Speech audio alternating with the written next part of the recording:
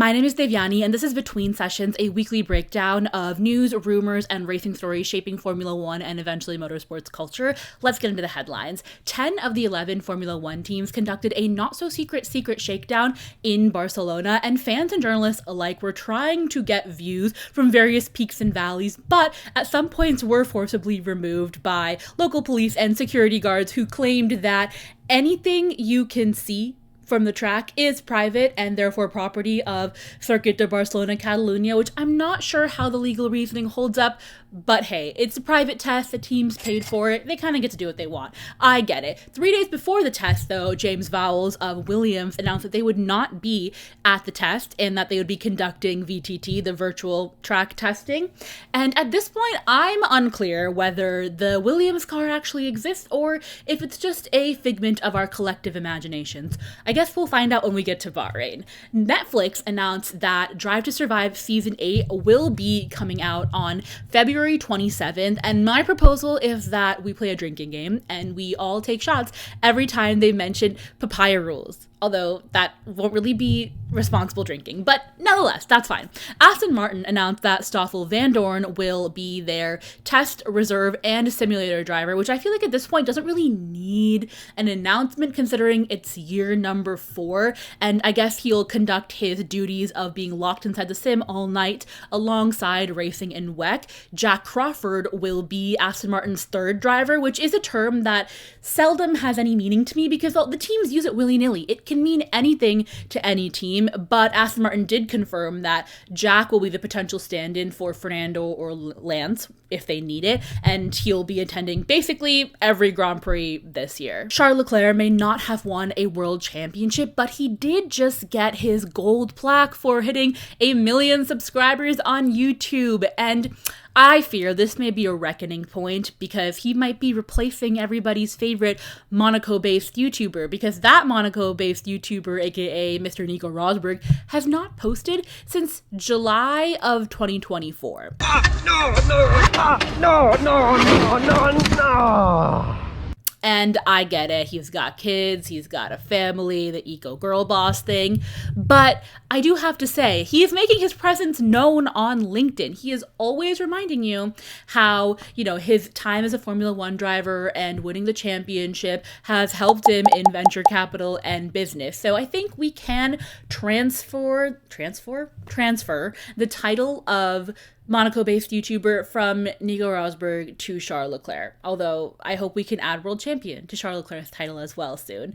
Flavio Briatore, scandal connoisseur and head honcho of Alpine, was asked about Franco Colapinto, and he said, if you look at Franco, he is much, much more mature. If you look at his face, and he is no longer the child we had last year, which there's a lot to unpack there, but my first thought is, it kind of seems like a backhanded compliment, no? Maybe I'm reading too much into it. I do tend to do that. Now on to Barcelona. So the shakedown lasted for 5 days and teams could run up to 3 days, and Formula One has been pretty adamant that this was a test paid for by the teams, arranged by the teams, all logistics were handled by them because they didn't feel like the 2 tests that were planned were going to be enough for them, and that's why they did this. Now the first day of testing, obviously we know Williams isn't going to be there, but on the first day of testing, the only teams not to run were McLaren, Ferrari, and of course Aston Martin, because they announced that they were going to be late to the test. And I think Esteban Ocon clocked in a total of 154 laps, which is ridiculously impressive, of course, and Gabriel Bortoleto in his Audi only had 27 because of a technical issue. And it's important, it is critical to emphasize that these timings, topping the timesheets, they really don't mean anything because we don't have any idea what is going on at all. Sure, we can make our guesses and predictions based on who is running the most amount of laps, who is having reliability problems and not having reliability problems. We can see some of the technical stuff based on the videos and photos that are coming out of Barcelona, but still, it's a shot in the dark. I think on Monday, Isak Hadjar topped the times, and you'll see outlets saying things like, oh, George Russell in the Mercedes looks absolutely terrifying, and a lot of that is coming from the confidence with which Mercedes put out full videos and full photos. But then again, that's not always an indication of they're going to be the fastest. I mean, Mercedes was fastest during the 2022 preseason, and did that end up meaning anything? No, Not really. On day 2, Red Bull and Ferrari had a bit of a private test since none of the other teams were interested in running in the wet weather conditions. So at one point it was just Charles and Max on track. Although Max did have a little trip through the gravel, so he caused a red flag while doing that. And then in the afternoon, when Ishak Hadjar was driving the Red Bull, he had a little bit of spin and he hit the wall near the last corner, which meant that there was another red flag. And there were immediately parallels about Pierre Gasly in 2019 in the Red Bull and how the, second seat curse at Red Bull has struck again, yada, yada, yada. It's too early to tell. On day 3, Kimi Antonelli and George Russell completed a total of 183 laps. And because 1 + 8 + 3 is 12, and that is Kimi Antonelli's driver number, obviously he'll be winning the race in Australia. And that is how I feel when people make any kind of prediction based on preseason testing. Ollie Behrman had a couple of problems with his Haas while he was running, but they fixed one problem during lunchtime, and then the other problem, we don't know because it's secret testing. Other than him, Nico Hulkenberg and Arvid Lindblad caused red flags on Wednesday, and after testing, Andrew Shovlin of Mercedes had a bit of a snarky comment talking about how the Mercedes was working flawlessly on Wednesday and that they were actually losing more time because other people's cars were breaking down and causing red flags than anything to do with Mercedes itself, which does tell me that they're quite confident. On day 4 of testing, Red Bull didn't run because they were waiting for spare parts after Ishak Hadjar's crash a couple days ago. Early on, Lewis Hamilton had a spin in the Ferrari, but he was able to keep it on track. Oscar Piastri's running in his McLaren was cut short because of a fuel systems issue that they're working out, and the Aston Martin did make it to Barcelona, but Lance Stroll came to a screeching halt on track, I think after just 5 laps. But that's not the interesting part about Aston Martin making it to Barcelona. It is actually how they got there. The engineers were working overnight and overtime at Silverstone to make sure the AMR 26 got to Barcelona, but once they were finished with their side of things, the logistics team had a big task of getting the car to Barcelona, and the first slot available was with a Ukrainian cargo airline called Kavik Air, and they were in a really old 1972 Antonov airplane, and it was actually spotted on the airport action YouTube channel, and you could see it take off from Birmingham, which is the closest international airport, I'm guessing, to Silverstone, to landing in Spain. I like the logistics part of Formula 1 is pretty cool. Day 5 of testing were no red flags. The big story for me was the glory run that Ferrari had at the end, making sure that Lewis Hamilton had the quickest lap time of the week in Barcelona with a 1:16, I think, 3:48. And there's been a lot of discussion about the driver workload with this new set of regulations, with Liam Lawson saying that it feels like the drivers can make more of a difference, which is good to see. And the head of FIA single-seaters was talking about how they want the driver to be more centered in this whole process. They don't just want it to be like a paddle and wheels. They want the driver to have agency in this whole situation. Kimi Antonelli was talking about how there's a lot of new stuff to get used to, a lot of modes, a lot of different driver management techniques that the drivers are going to have to figure out, which makes me feel like a lot of this is going to be hinging upon driver adaptability, how quick the drivers can learn how to use these new systems, how to exploit them, how to take advantage of them. And that's a lot of what we're going to see, especially in this first season, because eventually things even out towards the end of a regulation era. So that's what we're looking to see this time. Overall, I believe Mercedes, with their other engine providers, or the teams they're providing engines to, intact, Mercedes did the most laps with a little bit over 900 laps, and I think Honda obviously did the least because Aston Martin showed up on, Thursday, and so they did a total of, I think, 54 laps, with Lance running on Thursday and Fernando running on Friday. It is a truth universally acknowledged that a single man in possession of a good fortune must be in want for a wife. Unless, of course, you're Lewis Hamilton, because he is in want for a good race engineer. See, 2-ish weeks ago, Ferrari announced that Riccardo Adami would be moving to a new role in the Ferrari Driver Academy in charge of their previous test cars and all that stuff. So Lewis needs a new race engineer, and it was about time. Everyone was yelling and screaming from the rooftops for this.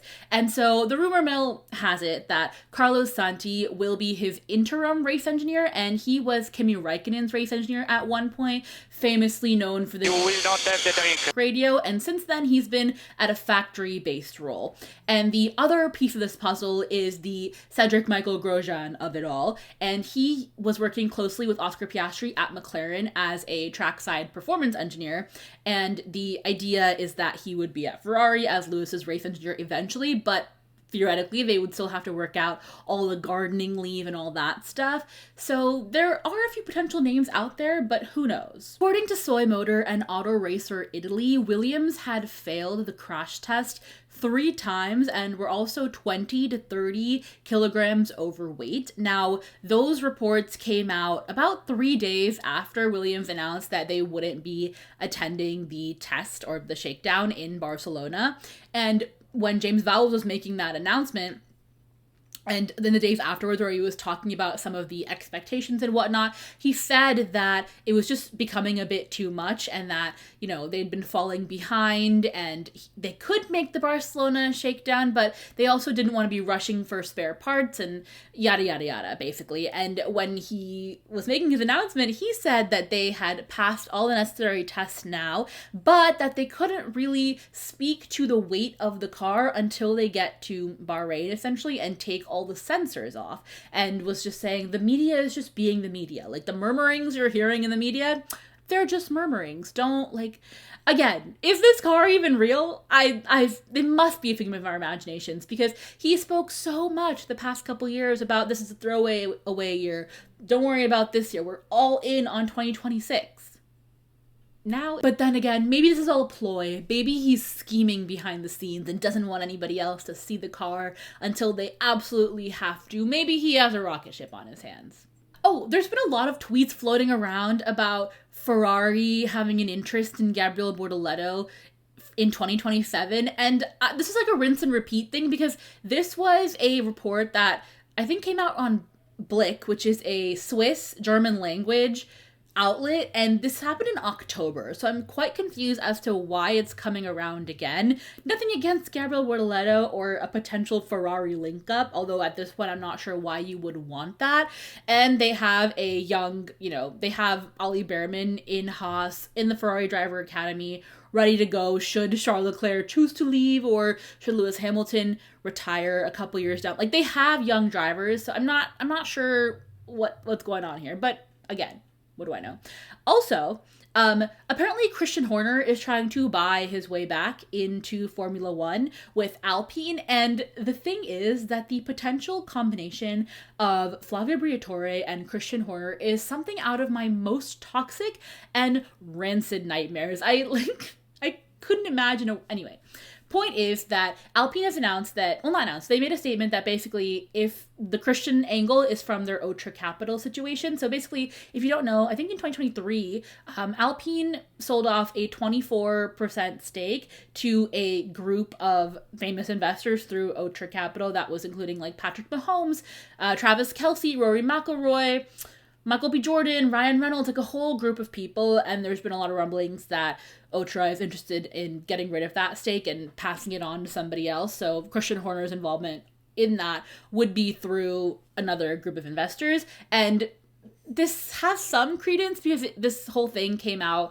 around when he was meeting with Mohammed bin Sulayem at the FIA headquarters in Paris, and they shared this hug, which to me is a carbon copy of the Draco Malfoy Voldemort hug. And who you're assigning which identity to, that's a you problem. A quick commercial break to talk about some F1 partnerships. Aston Martin announced their multi-year partnership with Celsius, an energy drink, which was formerly partnered with Ferrari, and that felt like a really underutilized partnership. It just felt like there was so much more they could have done, especially when you have the blueprint of the monster Lando Norris, monster Lewis Hamilton. I hesitate to say Red Bull because that's their entire brand, is energy drink and car, but still, there was so much more they could do. All we saw was an occasional photo of the drivers holding a Celsius, so there's a lot more they can do. But Aston Martin have already announced that their first event that they're going to be doing is co-sponsoring a run club in Melbourne alongside the Australian Grand Prix. And they, again, have history with doing pretty well with fan engagement stuff and activations. Whether it's the TikTok Aston Martin collective thing they did last year or the LMS skincare, like they're good at this. So I'm sure it'll be in good hands. Number 2, there's been a lot of conversation about Cadillac and potential Nike, team kit situation because Valtteri Bottas and Sergio Perez were wearing Nike Dunks in one of their photo shoots, and maybe they just like Nike Dunks like as a uniform shoe.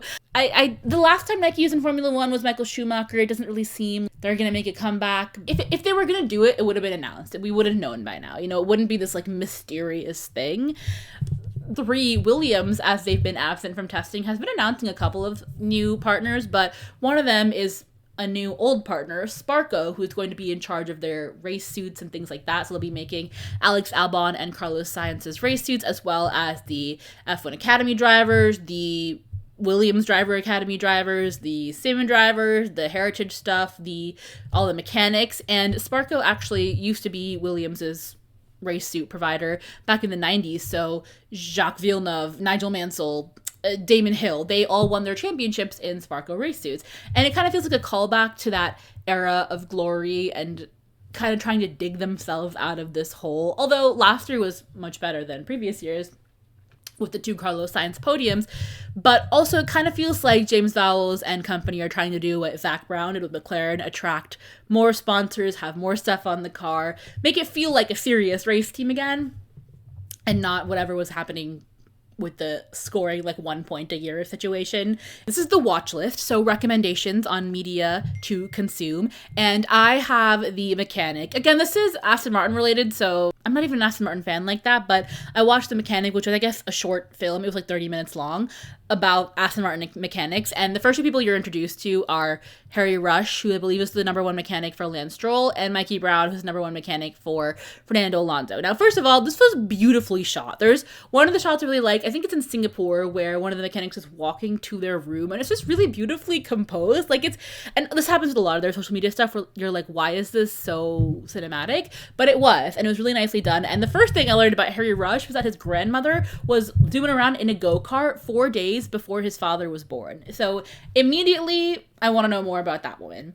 Also, I was slightly emotional during watching this. I was in tears, partially because of the guy who said, well, I think it was Mikey Brown, who said that he was missing his child's first birthday, and then people were getting in. Like, it's just, you see how much dedication there is to being a mechanic, being on this pit crew. There's a woman who's in charge of the Evo team and like training, you know, up and coming mechanics. And she was a race car driver. She like karted. She was a professional race car driver for quite some time. Now she's doing this. And it's really interesting to see all the different paths you can take to get to Formula One, to get to being a mechanic, to get to being on the pit crew and putting the car together.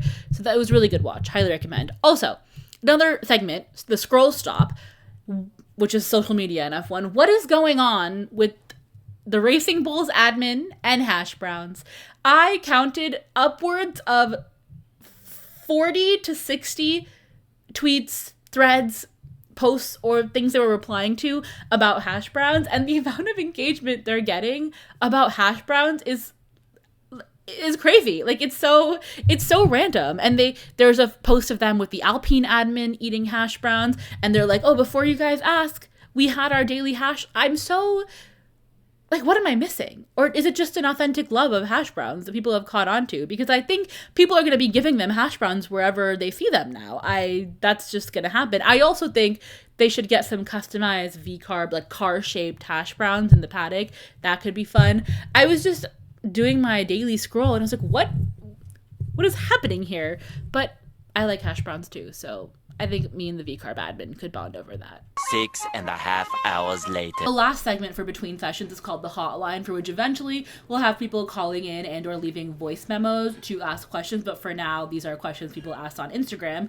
Number 1 was, how does qualifying work this year? And the main difference from last year is that we have 11 teams instead of 10, so 2 extra drivers. So in Q1 and Q2, we're going to have 6 drivers eliminated, the slowest 6, rather than 5. So we'll take out 6 drivers from Q1, 6 drivers from Q2, and then we'll be left with the fastest 10 to set the grid for the top 10.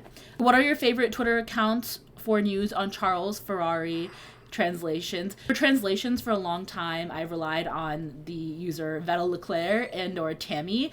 And then you have some of the big accounts like Clara who credit translations. As far as media, I check all of them, and I usually just use whatever auto translate function is in there. And if I have questions, if something seems weird, I'll message one of my Italian mutuals and beg that they let me know if I'm on the right track or wrong track.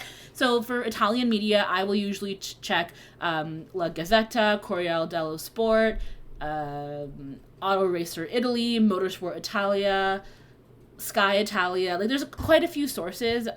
What are 5 tips you would give for a new fan who just joined 2 months ago? Don't let anybody tell you how to be a fan or what you must and must not know in order to enjoy watching motor racing. Like, there's nothing you have to know or say or do, or no way in which you have to act. There's no merch you have to buy. There's nothing that you need to do in order to enjoy watching cars drive in circles. Are you worried for Williams? Please speculate wildly about Williams. We don't know anything. We haven't seen them on track. We don't know anything about the car except for that it wasn't there. You know, he said we've had some production delays, some issues with getting parts on time, so there's that factor in. But, you know, I do feel for that guy who was in charge of keeping track of the Excel sheet that documented all the Williams parts and what they needed and what they were using, because that guy got laughed at, got mocked at. Thoughts on a potential George Russell, Max Verstappen title fight? It would be entertaining for sure. There's this notion that racing certain drivers differently than others is a bad thing. Like, this used to come up a lot when Max was younger and when Lewis would get asked, oh, do you race Max differently? But I do think in the back of their minds, the drivers race most of them differently because they know what they can get away with and they know how hard they're gonna have to fight. Like, they know people are gonna defend more than others because, you know, this is their only chance to be in the points, so they're gonna defend really, really hard, or they know that their teammate is up ahead in the podium position. So, like, I think there's always consideration in how drivers are gonna fight each other. So, but I do think it would be funny because I think George and Max are endlessly entertaining in that sense. But I would like it to be a more robust title fight. I enjoyed the summer of 2024 because we saw so many different winners. Obviously, we had a title fight last year with Lando and Oscar and Max with the comeback, but we only had 4 race winners, whereas in 2024, I want to say were there 6 or 7? I can't remember. There was Charles, Carlos, Max, Lando, Oscar, George. Who am I missing? Lewis. So there were 7 race winners, and it was always, even though, you know, Max had basically run away with the championship, but Lando was still in there, it was really about who was going to win that race. And at any point that season, especially in the summertime, you didn't know who was going to win. Whether it's because McLaren was fumbling or Red Bull development had fallen off, or, you know, Oscar and Lando were fighting each other in Monza. Either way, each race was like, it's not always the case that each race will be interesting as well as the overall arc of the season. And so I often feel like if your favorite driver isn't in the championship fight, you're just hoping for each race to be relatively interesting rather than the overall championship arc.